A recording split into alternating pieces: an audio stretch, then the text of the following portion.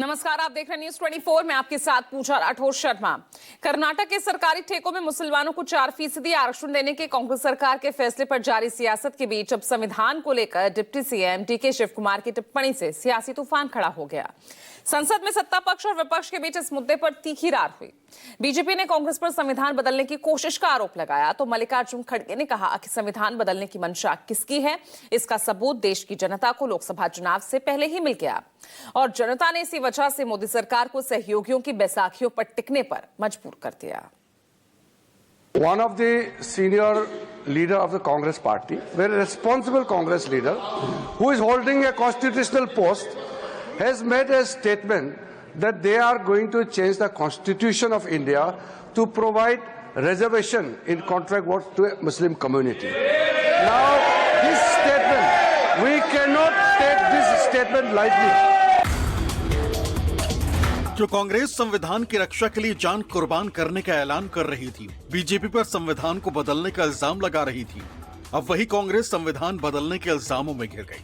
कर्नाटक के deputy CM DK Shivakumar ने सरकारी ठेकों में मुस्लिम आरक्षण से जुड़े एक सवाल का जवाब दिया और संसद में बवाल मच गया। Because if it was a statement made by any ordinary person, then we can understand, we can reply outside. But since the statement has come from a person who is holding a constitutional position and in a very clear term, he has stated that Congress party will provide reservation to Muslim community and for that they will change the Constitution of India. Reservation from what? Extremely serious. It is a matter which we cannot tolerate and this is assault on the Constitution of India, the Constitution provided by Dr. B.R. Ambedkar. And these people, they are talking about Constitution, they are carrying the photograph of Babasaheb Ambedkar. But their people officially makes a statement to change the Constitution of India. I want the Congress president who is sitting here in the house to make very specifically clear about the Congress party's position. How and in what manner you want to change the Constitution of India to provide reservation to Muslim community? देश का संविधान जो doctor बाबा साहब अम्बेडकर ने बनाया वो कोई बदल नहीं सकता, रिजर्वेशन भी कोई खत्म नहीं कर सकता और उसकी रक्षा के लिए हम कन्याकुमारी से कश्मीर तक हमने पूरा भारत जोड़ो यात्रा की। ये भारत तोड़ो करने वाले ये सब रिजर्वेशन के धज्जे उड़ाने वाले हमने ये कहा कि भारत देश के संविधान को बचाने वाले हम लोग हैं। और किरण रिजिजू की बात को बीजेपी अध्यक्ष जेपी नड्डा ने आगे बढ़ाया। दलील ये कि जो संविधान की रक्षा की बात करते हैं वही संविधान बदलने की कोशिश कर रहे हैं।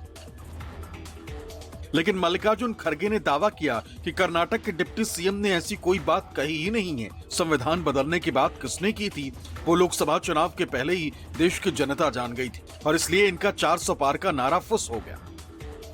डिप्टी चीफ मिनिस्टर ने स्टेटमेंट दिया है हाउस में कि जरूरत पड़ेगी तो हम संविधान को भी बदलेंगे। This is a very serious matter और ये लोग बड़े संविधान के रक्षक बनते हैं और ये लोग संविधान की रक्षा करने की बात सारे देश को बताते हैं, ढोल पीटते हैं, वो संविधान की धज्जियां उड़ाते हैं। ये इसके लिए हम रोकते हैं। ऐसी कोई बात कर्नाटक के मिनिस्टर ने नहीं कहा। संविधान बदलने की बात कोई नहीं कहा, कोई नहीं भी कहेगा हमारे तरफ से। अगर कुछ होगा संविधान बदलने की बात जो बार बार आती है उधर से आती है, उधर से नहीं, उधर से आती है। से सोचिए, अपने हृदय पे हाथ रख के सोचिए, क्या भागवत जी ने नहीं बोला? प्लीज क्या नहीं बोला संविधान का? और कई एमपीज बोले, यहाँ तक कि आरएसएस बीजेपी के लोग ये बोले कि अगर हमको 2/3 मेजोरिटी आएगा हम संविधान बदल के रहेंगे। अब सवाल है कि आखिर कर्नाटक के deputy CM DK Shivakumar ने ऐसा क्या कह दिया जिससे बीजेपी ने कांग्रेस पर हमले का हथियार बना लिया। हाँ, मैं सहमत हूँ। देखते हैं कोर्ट क्या कहता है। हमने कुछ शुरुआत की, मुझे पता है कि लोग कोर्ट जाएंगे, अच्छे दिन का इंतजार करते हैं, अच्छे दिन आएंगे। बहुत सारे बदलाव, संविधान बदलेगा, ऐसे फैसले भी हैं जो संविधान को बदल देते हैं।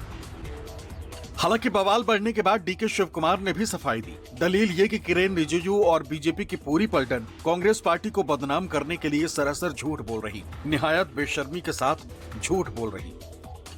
Casually, there will be so many changes after various judgments. Whatever reservation has been given as per the quota of the backward class has been given. I have not said that we are going to change the constitution or not that. Whatever they are quoting is wrong. They are miscarrying it. I am categorically telling that we are a national party. We know what is the constitution, how constitution is built. It is our party. We have brought the constitution to this country, and they are misguiding. I will take a breach of privilege on this. I will fight out a case. They are misquoting me. हालांकि DK Shivakumar की सफाई के बाद भी BJP अपनी जिद पर अड़ी रही, कांग्रेस को संविधान विरोधी बताती रही, राहुल गांधी और सोनिया गांधी से सफाई मांगती रही।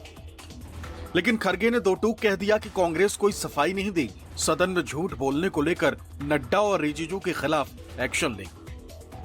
राहुल गांधी कांग्रेस के अध्यक्ष, सोनिया जी, आप देश को बताएं कि जब रिलीजन बेस्ड रिजर्वेशन परमिसिबल नहीं है तो इसके लिए आप संविधान को नहीं बदलेंगे। ये देश जानना चाहता है, क्योंकि डीके शिव कुमार एक शुरुआत है।